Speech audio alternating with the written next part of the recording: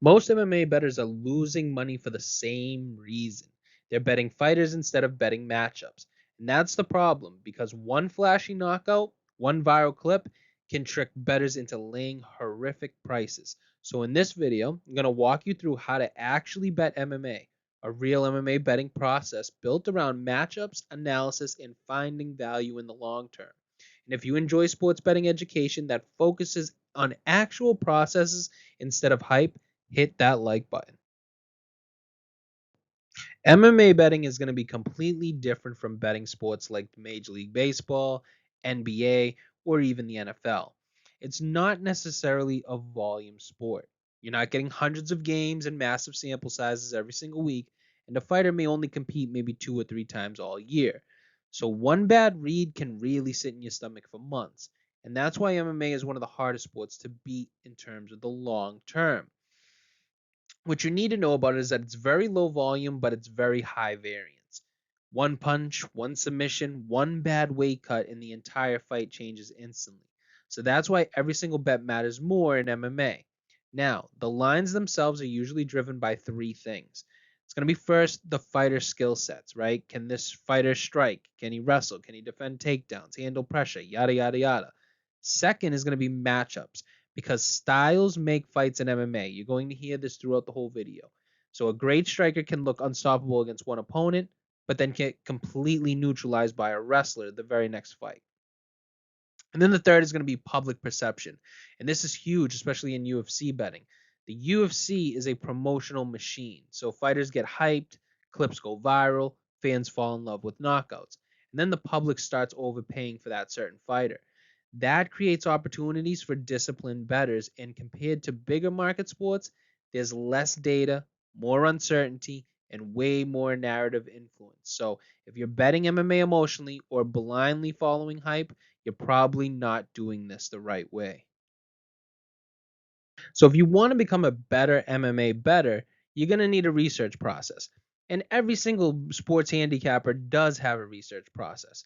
For us here at Grandstand Sports Data, when it comes to MMA handicapping, we have it down to these three lenses, basically like every other sport. It's going to come down to market analysis, technical analysis, and then finally fundamental analysis. Now, if you don't know, market analysis is just basically understanding how the betting market reacts. Talking about line movement, public hype, you would say sharp money, but you have to remember this. This mostly applies to highly hyped fights and popular UFC names. So for a lot of the smaller fights on the card, market analysis becomes much less important or even non-existent. And that's where technical analysis kind of comes in. This is your numbers, these are your stats, your metrics, and even your modeling. But I'll tell you right now, stats alone, ladies and gentlemen, will get you killed in MMA if you don't understand context. Because unlike baseball or basketball, MMA is way more matchup driven than almost any other sport. So that brings us to the most important piece, and that's the final one on the right, fundamental analysis. This is where the real edge is going to be created, folks. Skill sets, fight IQ, cardio, styles. Because in MMA, matchups are everything. A fighter can look unbelievable against one opponent and then completely fall apart against another style in his next matchup. That's why MMA is such a difficult sport to handicap. So yes, market analysis it matters, technical analysis matters, but fundamentals, the actual matchup, that's what carries the most weight in this sport. So comment down below when you handicap MMA, what matters most to you? Is it the matchups? Is it the stats? Or do you stick strictly to that market? So one of the biggest mistakes new MMA bettors make is trying to bet everything immediately, right? They jump into money lines, props, round totals, methods of victory, parlays. They see a full UFC card and their eyes start flickering, right? They start firing at everything. But that's only a great way to lose your bankroll fast. What I want you to do is master one bet type first and then start to expand. So for MMA, the most important bet type is going to be the money line bet. Plain and simple, who wins the fight? MMA is also a great sport to bet an underdog because of the wide variance of results. Now, after money lines, you kind of move into method of victory bets. At least that's what we did here at Grandstand Sports Data. Talking about knockouts, technical knockouts, submissions, and decisions. The three methods of victory. When I said knockouts and technical knockouts, those are the same. They're considered the same for this certain bet. So these are heavily matchup driven. You need to know specific fighter style because that will become critical in these matchups. Then you have those round totals, over or under rounds. This is where you're asking, does this fight end early or does it extend deep into deep waters? Cardio, durability, pace, and even finishing ability, they're going to become huge here for this. Then you guys are going to have props, right? Fight goes the distance, or maybe specific round finishes, maybe even specific outcomes. And props can absolutely have value because sportsbooks sometimes struggle pricing niche MMA markets correctly. So it's a good thing to look into once you start, getting more of these under your belt. Now we're going to talk about parlays because MMA bettors love parlays and sportsbooks love that you love parlays. Why? Because of the wide variance of outcomes in MMA, especially in UFC. Parlays look safer because you're kind of stacking those favorites. You'll see those guys just do two minus 200s and you're good, bro. But in reality, you're multiplying the variance.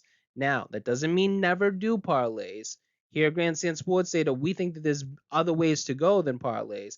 But if parlays are your entire MMA strategy, you are going to be cooked in the long run. So start with money lines as our advice here, and then build that foundation. Now, I believe all the information in this video is important, but this might be the most important part of the entire video. And it's we've established there is wide variance in MMA outcomes, right? So preserving your bankroll is going to become that much more important. Now, when it comes to growing your bankroll, there are really only three ways. You have passive income, and then you have making deposits, and then you finally have winning. Now, passive income. This is keeping your bankroll in something like a high yield savings account. This is more for long term stability, right? You're growing your account even if you are losing, right? Because that's what a high yield savings does for you. Now, making deposits, this should only be money that you've already budgeted from your personal finances. So think about growing your bankroll in terms of making deposits as you're saving maybe your monthly check or weekly check at work and you're throwing away some for sports betting and it's going into the big pot called your bankroll. That's how it increases it. Now, there's the real one. The final one is winning, right? That's where having a real edge and executing it over time will make you a profitable bettor in MMA. Now, to protect that bankroll, though, you're going to need some rules. We've preached these rules throughout this whole channel's existence. I want you guys to have max 5% on any single bet. So that's as high as you can go. And max 15% total exposure on a card. So that protects you from one bad card or even one bad weekend, completely wiping your ass out. So from there, it comes down to your style, right? If you're a sniper bettor, you may be only doing maybe one or two, maybe even three plays a card with maybe higher confidence. So you maybe increase the bet size a little bit. But if you're a volume bettor and you're playing multiple small edges across the board and maybe have 15 bets, you may be staying in that 1% range, even a little less than that. So there's no right or wrong answer, but just stick to these guidelines because discipline's everything, right? And especially in a sport with this much variance, discipline is going to be your best friend. Okay, so one of the biggest turning points in sports betting is when you stop asking, who do I think is going to win, and start asking, what should the actual price be? So that's where your line comes in, right? You should always be comparing three things, ladies and gentlemen. The market's odds, so these are your consensus sports book, the sharp sports book's odds, and then your projected odds. Because if your number says a fighter should be minus 150 and the market is giving you minus 110, there may be value there for you. That's expected value, or plus EV is what we call it in this world. Now, you're not betting because you like somebody, you're betting because the price is wrong. And trust me, price matters way more than most bettors realize. You can be right about a fighter and then still make a terrible bet if that line is inflated. So, the next thing you need to track is closing line value. Basically, did you beat the final number? Because in the long term, consistently beating the close is going to be one of the biggest indicators that your process is sharp. Okay? Sharp bettors also move MMA markets aggressively because limits are lower than major sports. So if you see a sharp sportsbook moving toward your projection while value still exists, that can be a very strong signal right there. And this is important. You're not trying to predict fights perfectly. You are trying to consistently get better prices than the market. That's it. That's how long-term bettors survive. So subscribe if you enjoy unbiased sports betting education and want to become a sharper bettor in the long term. Now, let's talk about market analysis, and this is important because MMA is a narrative-driven betting market in terms of the sports world.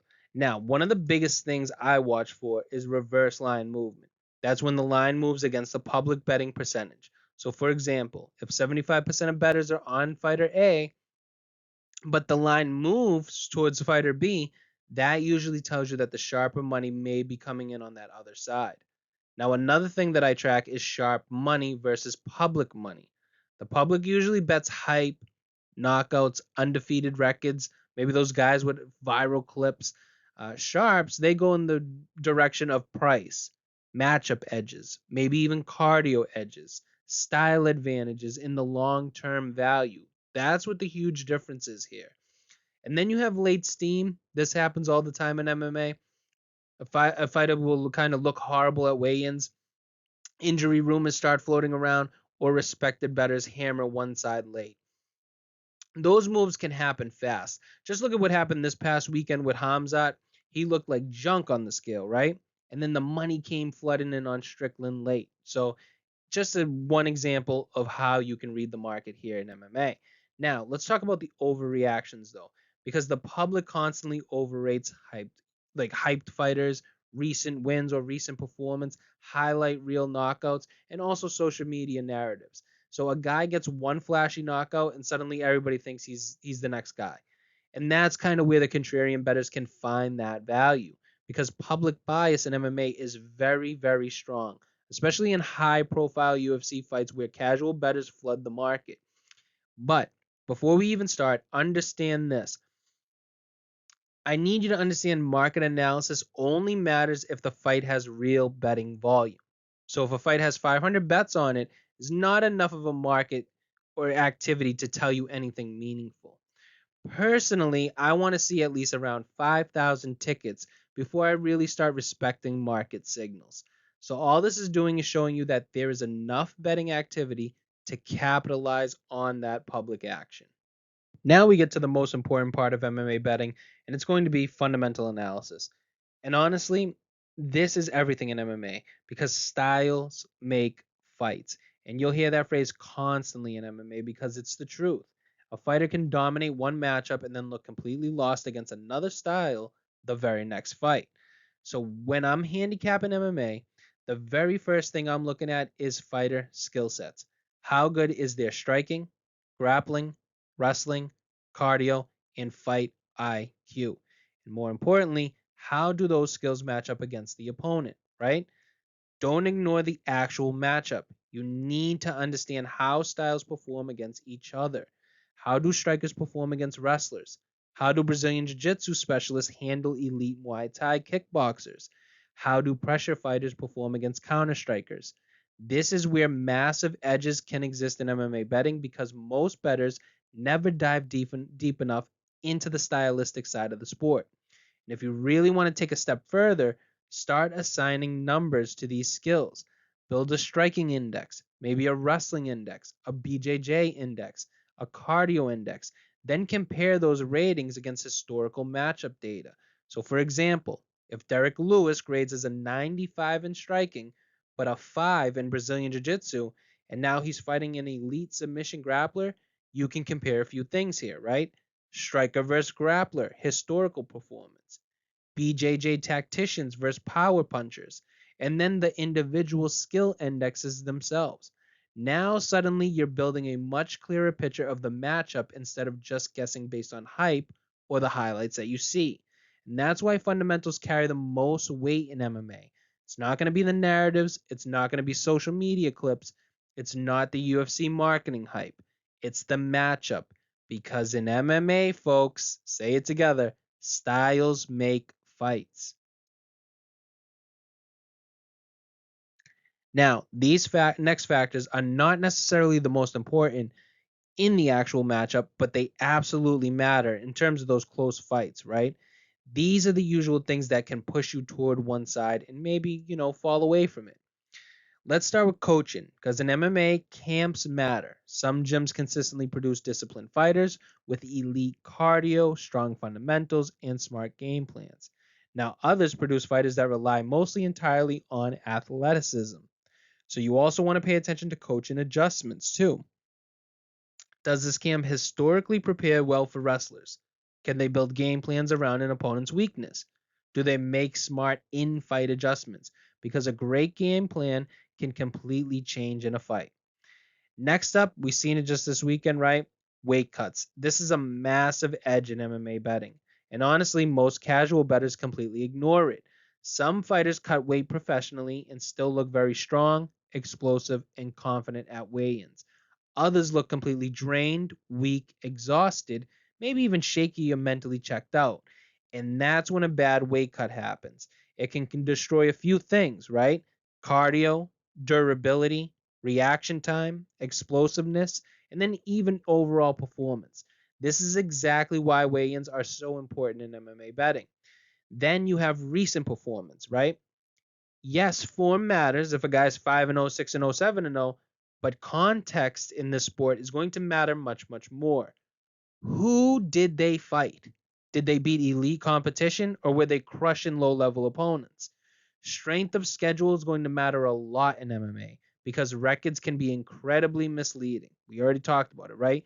You can have a 12-1 fighter against a weak competition, may be far less dangerous than a 9-4 fighter battling killers every single time he gets out there, right?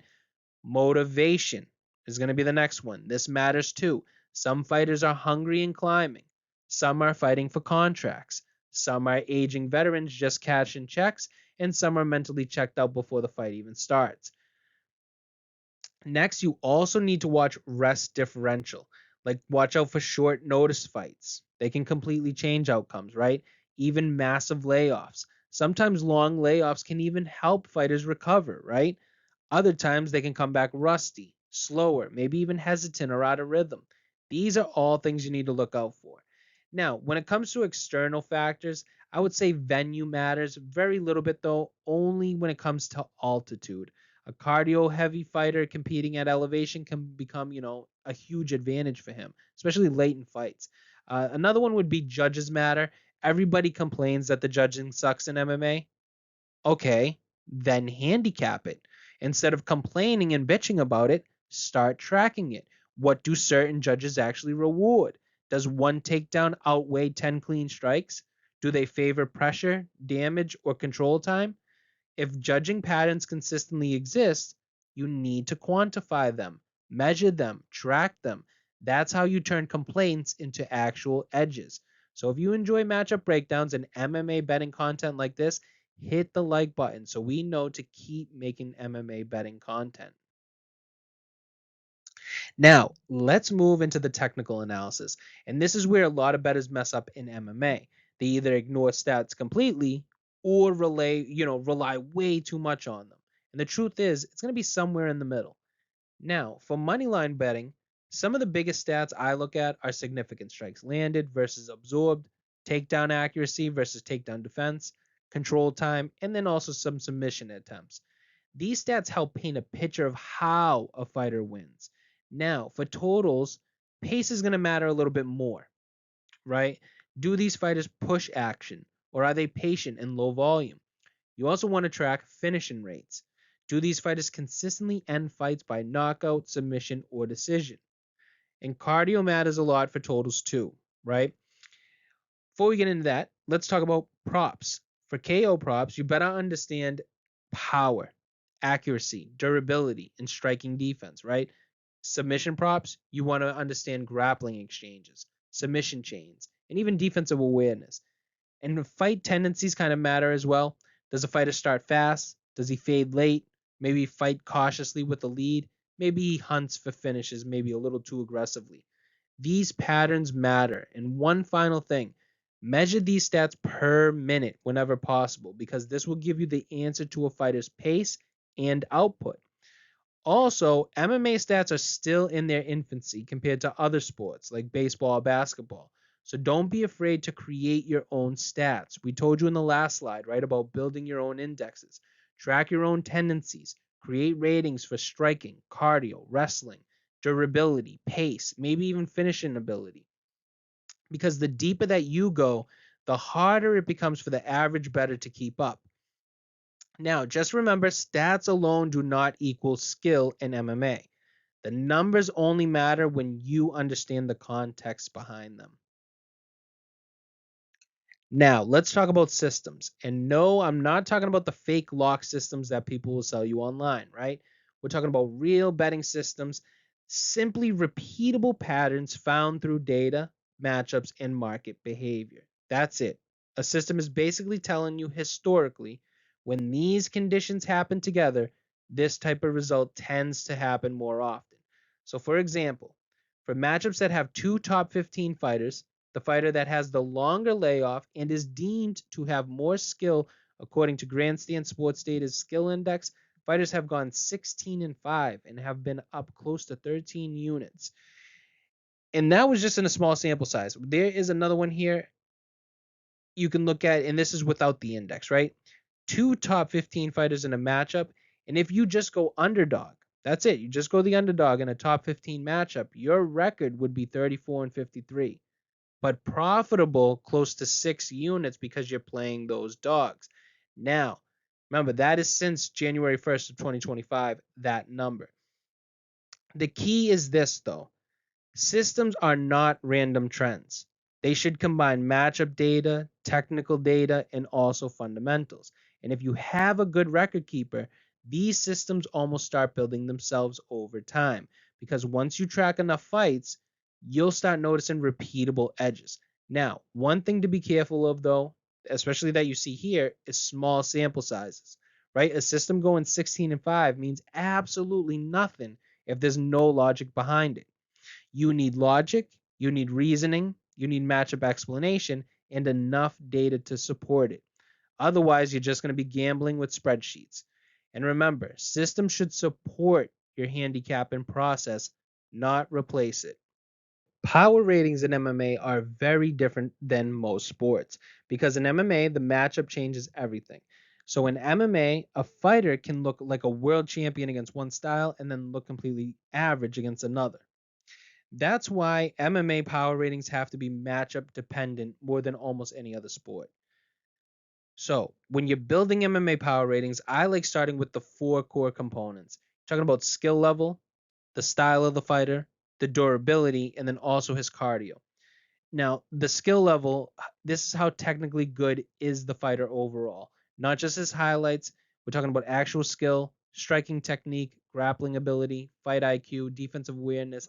How complete are they as a fighter, right? You want to quantify that. Then style, because styles make fights. Is this guy a pressure fighter? Is he a counter striker, a wrestler, submission hunter, volume striker? The style itself matters almost as much as the skill. I would say you have to categorize him into one of those styles that you are tracking. Then durability, how well do they handle damage? Can they survive adversity? Can they recover? Do they have mental toughness? Because one bad chin in MMA can change everything, right? And then finally, we're going to get to the cardio. This sport is exhausting. It's exhausting to even watch. A fighter with an elite cardio can completely take over late rounds against someone who's fading, right? Now, once you rate all those components individually, then you start adjusting for the matchup. And this is the important part. Your ratings should change depending on who they are fighting, right? That's why MMA power ratings are so dynamic. They're not static numbers. And once you build these ratings consistently, you can start creating your own lines and comparing them to the market. That's where real betting edges start to begin. So, MMA betting is not necessarily a daily grind like other sports. This is a selective market. You might only get a few bets that you truly love each month, let alone each week. And honestly, that's how it should be.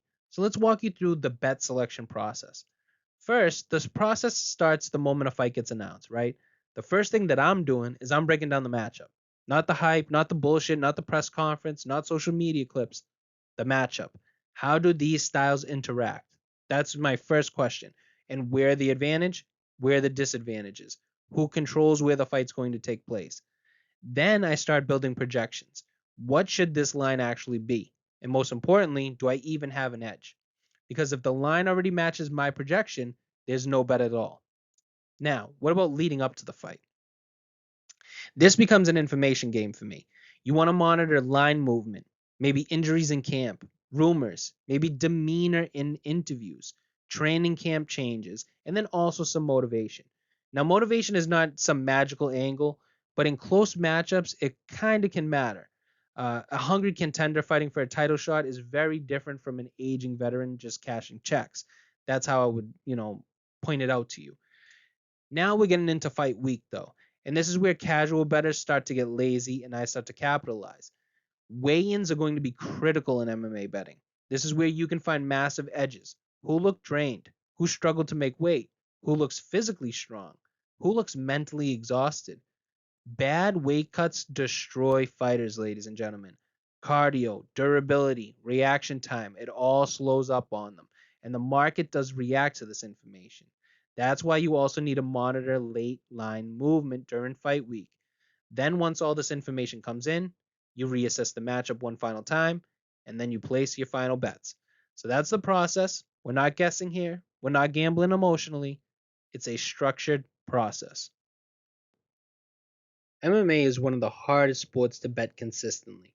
Not because the sport's impossible, but because the variance is insane. One punch can change everything. You can handicap a fight perfectly for 14 minutes and then lose from one mistake. That's MMA, folks. And if you can't handle that mental variance, this sport will destroy your bankroll.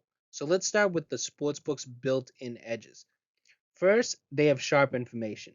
There are people betting MMA basically professionally, right? They have the knowledge, they have strong modeling, and fast reactions to the news. So if a better has a fighter has a bad camp, an injury, a brutal weight cut, or bad sparring reports, the market will move fast. Then there's public hype especially in the UFC. UFC marketing plays a huge role here. Right? Casual bettors love knockout artists, flashy strikers, undefeated prospects, viral clips, even popular names. And sometimes the market inflates those fighters because of it. So that creates opportunity. And if you can separate hype from the reality, you can see something there. Then we're going to get into small sample sizes. This is a huge obstacle in MMA. Fighters only compete a few times a year, so bettors constantly overreact to limited information. One big knockout, one bad performance, one viral moment. We've talked about it, right? Suddenly, everyone thinks they know exactly how this fighter is and who he is, and that becomes dangerous. Now, let's get to the emotional side, though. Chasing losses is going to be a killer in any sport, but especially in MMA because fights, usually they're stacked in one night. A bettor loses early, gets emotional, and then starts firing bigger bets just to recover his bankroll. That's how bankrolls disappear. And honestly, parlays, which is the next one, make it even worse. People love MMA parlays because the odds look attractive, but stacking volatile fights together is extremely dangerous. One random punch, one bad judge decision, one weird submission, and the entire ticket is gone.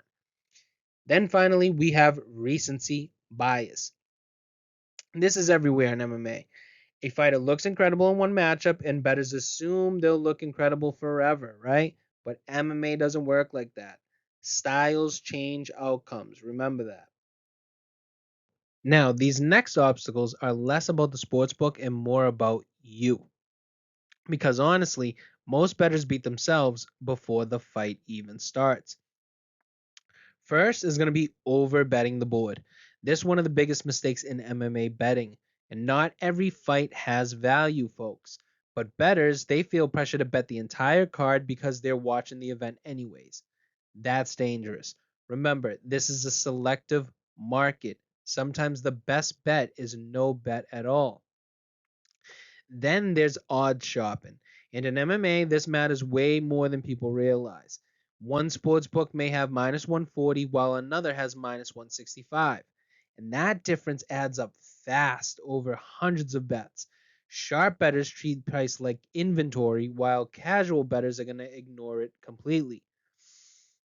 Next, we have abandoning the plan. And a bettor loses 2 fights, gets emotional, then suddenly starts betting fights they never even researched. That's not strategy, that's tilt. And if you're not tracking your bets, you're basically gambling blind. So remember in the last one with tracking your bets, you want to track your bet type, closing line value, units won or lost, and where your profits actually come from. Now, let's move on to the analytical side. And on the analytical side, we have recency bias. This is everywhere in MMA, right? Fighter lands one viral knockout and suddenly the market treats them like a future champ. Flashy finishes, they inflate prices so fast in MMA. But MMA is a matchup dependent sport. Gotta remember that. Then there's confirmation bias. This is when bettors fall in love with the side and then only look for information supporting their opinion. That's always dangerous. You should be trying to disprove your bet before even placing it. In gambler's fallacy, this shows up constantly too. And also, you have to accept losing, right? That's another one. Accepting losing can be in for any sport. You can make the right read, have the better fighter, control most of the fight, and then still lose from one punch. That is this sport in a nutshell. So if you cannot emotionally handle losing, you will never survive long-term MMA betting. Now, if you want to stay sharp in MMA betting, you have to keep learning because this sport evolves constantly, and the bettors who stop improving fall behind fast.